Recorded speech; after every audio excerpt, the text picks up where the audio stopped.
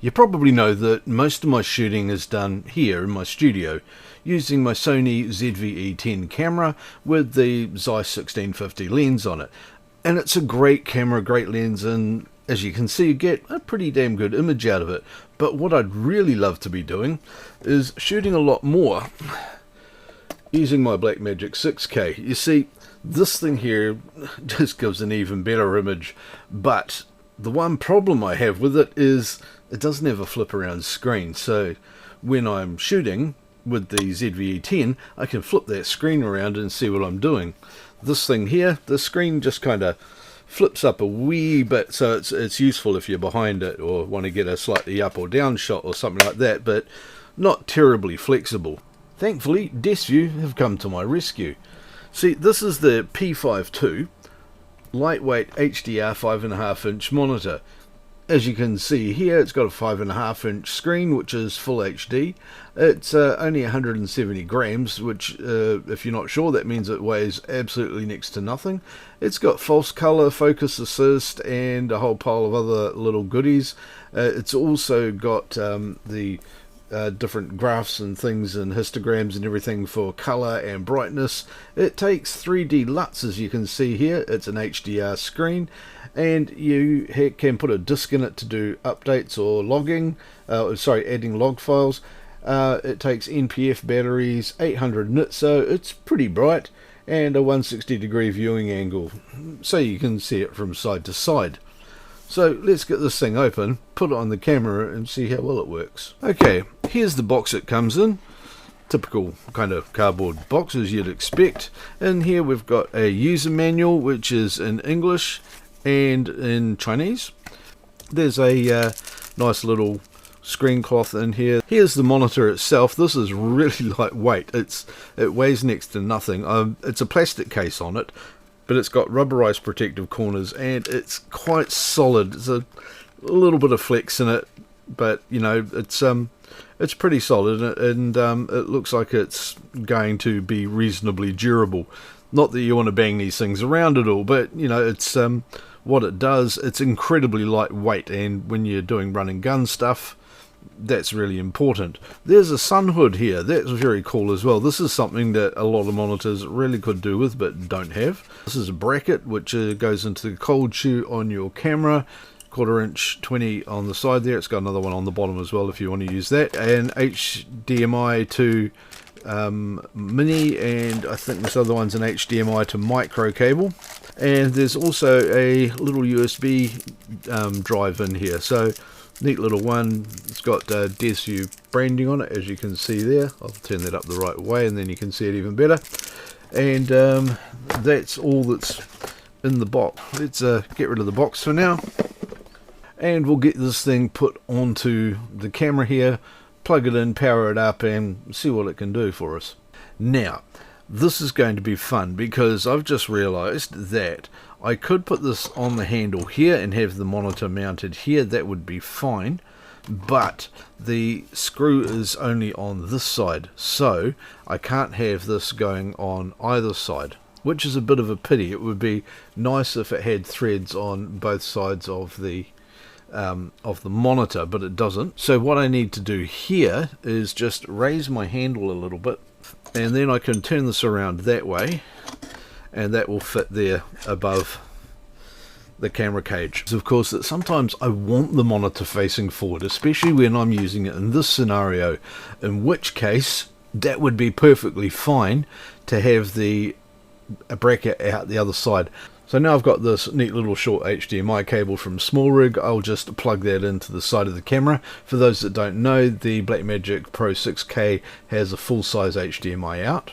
The batteries it takes are the Sony L series, so this is an NPF 550. It just slots straight in like that, clips in, and then we can flip the camera over and we can push the power button up on the top here.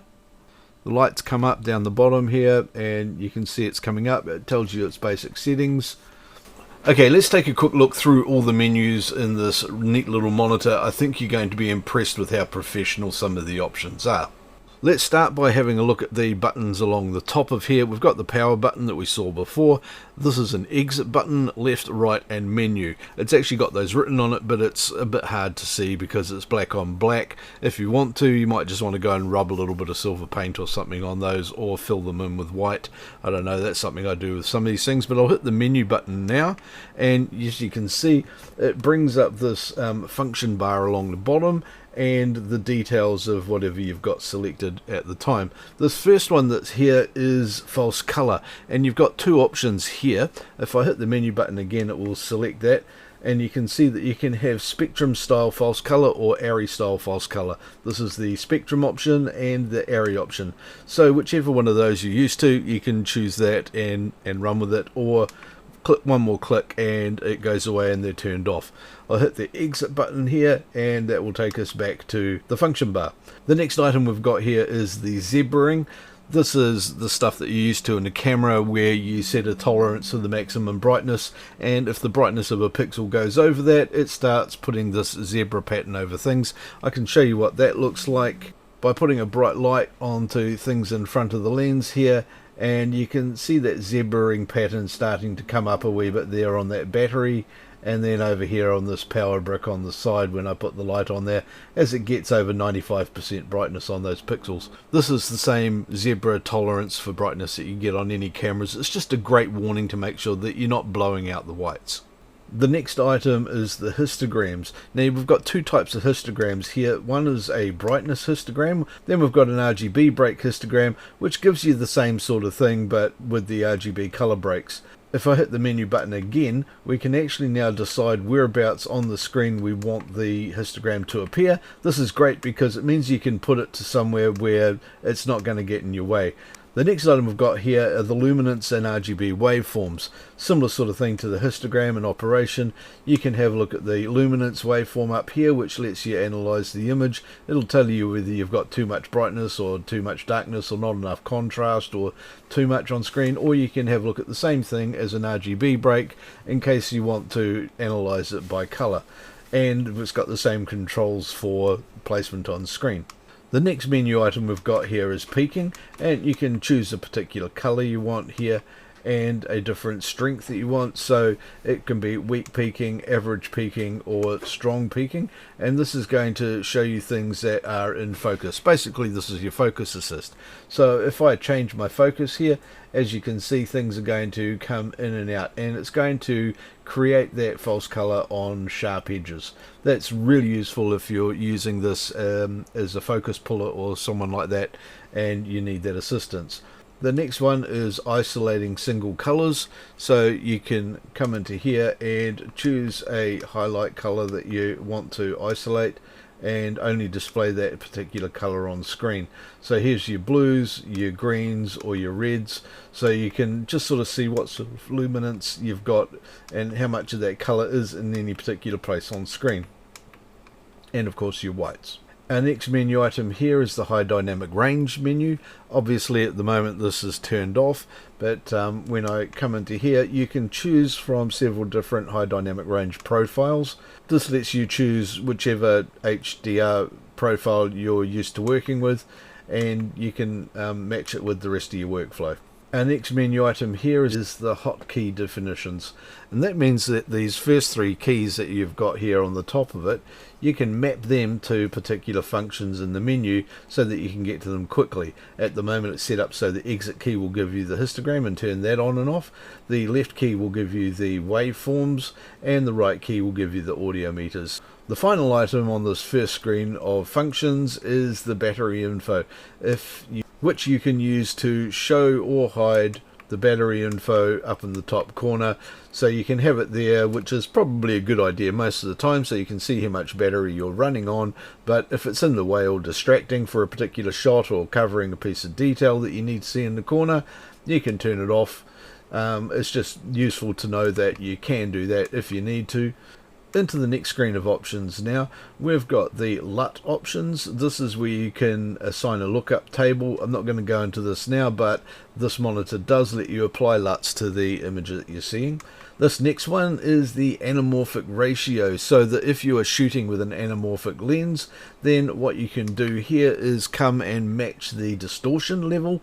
So if you've got a 1.33 anamorphic lens, you can click that and it will stretch the image wide so that you can see what the final output image of it should be like: 1.5, 1.66, 1.79 and a 2 times anamorphic lens.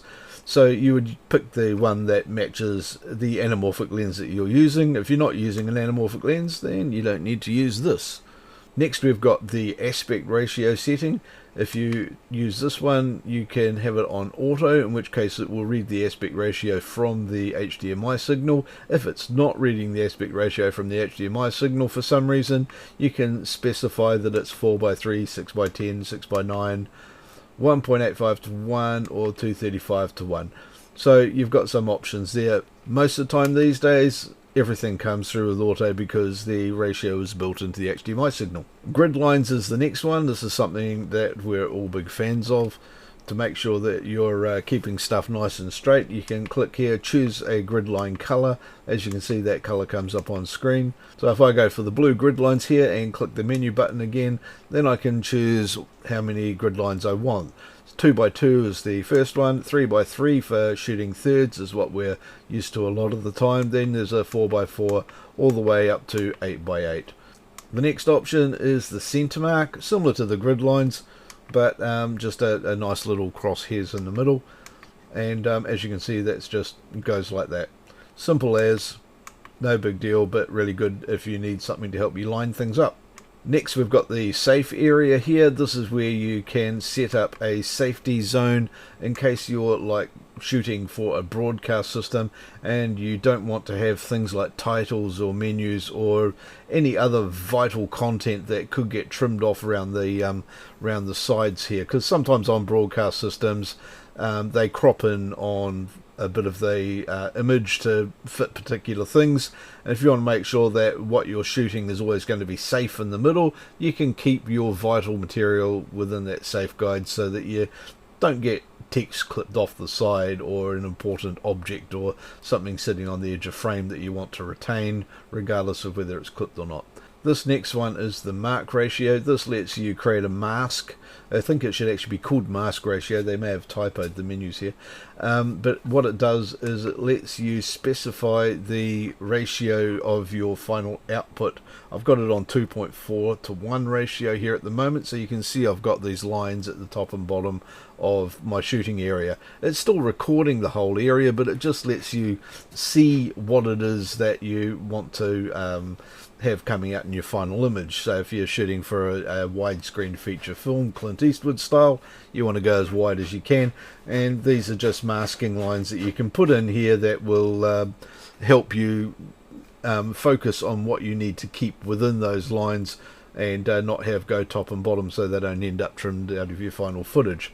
You can just move that back and forth. You can turn this off entirely if you just want 16:9 because that's the natural size of the monitor, but it is interesting to know that you can go down to 4:3 if you want to do that for old TV style kind of ratio, that sort of thing, and not go widescreen at all.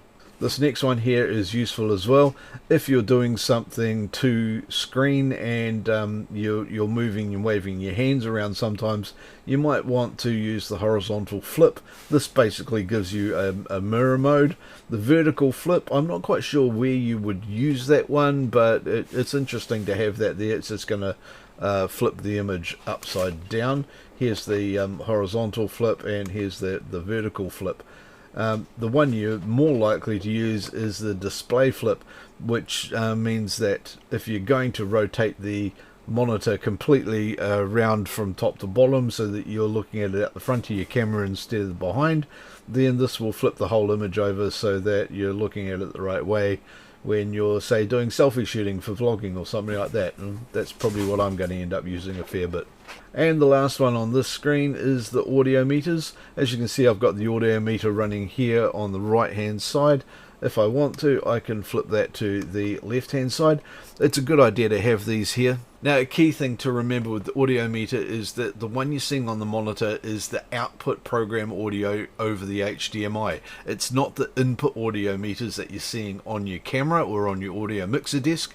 This is the final output levels. So that's really useful to have there so that you can see that the audio is actually coming out of the camera, and this is what you're actually getting, not what's coming in. So it's great to be able to have that there. You can also just turn these things off, of course, if it's distracting on screen and you don't need it. This is the zoom levels. This is another one that would be really useful if you're a focus puller using this monitor. You can choose to zoom in 2 times or 4 times just by selecting one of these two here. As you can see, that zooms in really tight. So if you're pulling focus and you've got this, you can get a lot more detail, and you can make sure that your subject is really crispy. If the thing you want to focus on isn't in the center, you can also come across to here and you can like scoot sideways or up and down the image so that you can get exactly what you're focusing on, really nice and clear in the middle, for the shot before you get going. Make sure you're not pulling in too far or too tight. This is a really useful tool to have, as I said, if you're a focus puller. Next, we're starting to get into some of the management of this thing itself. We've got the brightness and contrast here, which you can adjust the brightness and contrast of the image, plus the saturation and the sharpness, so that if it's not feeling quite right, you can adjust it here and make sure that you're getting something that's properly representative of the image that you're expecting. The next one is the sound controls for the monitor itself. So at the moment it's not muted and the volume is around about 40%, and this is used with the headphone jack you can see here on the bottom. Then we have an other config thing. This is getting right into the nitty-gritties, where we've got the language, the background light, which I've got down really low so that you can actually see these menus on camera, and the ability to completely reset all of the settings on the monitor. And finally, we've got the software update option, so that if you have an update for this off the DesView site, you can put it into the USB key that we've got here and plug that into the USB socket on the bottom, and then run the update directly from here. So that's a pretty good overview of all of the functions on the P5 II DesView 5.5 inch field monitor. I'm definitely looking forward to taking this thing out. It's also a very affordable monitor. If you want to see what the prices are, I've got a couple of links down below in the description to where you can pick one of these up for yourself. I'm really going to be glad to be able to shoot more on the Blackmagic now that I've got a decent lightweight field monitor that I can point back at myself, and I'm definitely going to be doing that, so it's going to be bringing better images for you guys, of course. If you've got any questions or comments that you want to put in, put them into the comment section down below. Don't forget to click on that like button and the applaud button and all of those really neat things. And if you want to see the detailed video I'm going to do on the LUTs coming up soon, don't forget to click down here and subscribe, hit the notify bell and all that neat stuff, and watch this video and this video as well. And I will see you in another video fairly soon about more of this and heaps of other really cool stuff. See you later.